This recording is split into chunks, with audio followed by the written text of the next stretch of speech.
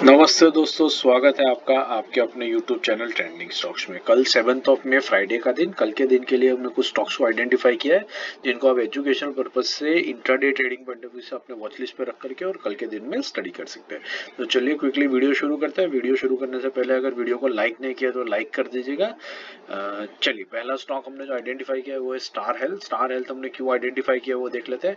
ये अगर एक लॉन्गर टर्म टाइम फ्रेम पे मैं आपको दिखाऊं तो ये इस स्टॉक का एक बहुत क्रूशियल सपोर्ट रहा है।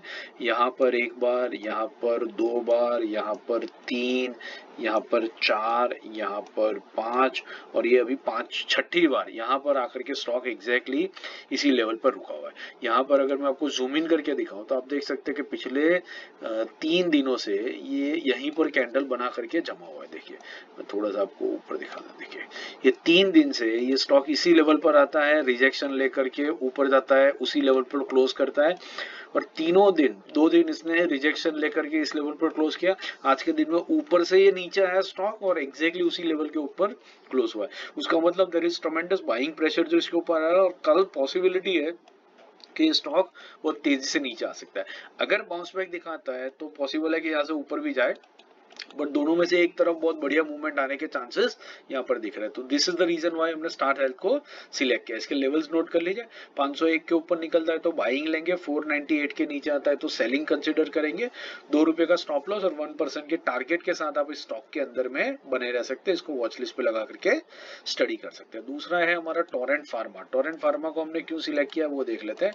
तो टोरेंट फार्मा को हमने इसलिए सिलेक्ट किया है क्योंकि ये एक ट्रेंडिंग स्टॉक है, अपने ऑल टाइम हाई के आसपास में घूम रहा है। यहाँ पर इस स्टॉक ने इस लेवल पर एक बार, फिर यहाँ पर दूसरी बार, और फिर यहाँ पर तीसरी बार रिजेक्शन लिया था। रिजेक्शन लेने के बाद इंटरेस्टिंगली परसों के कल के दिन में ये स्टॉक ने यहाँ पर आकर के एक ग्रीन कैंडल के साथ रुका। आज के दिन में यहाँ ब्रेकआउट कर दिया गैप अप के साथ में, और ब्रेकआउट करने के बाद में ये स्टॉक ऊपर जा करके फिर नीचे आया है और इसी लेवल पर आकर के एग्जैक्टली रुक चुका है। तो कल के दिन में अगर ये एक रीटेस्ट है और यहाँ से स्टॉक बाउंस बैक करता है तो बहुत तेजी से ऊपर भागेगा। वॉल्यूम्स बहुत कम है, आप देख सकते हैं, इसके वजह से ये रीटेस्ट हो सकता है।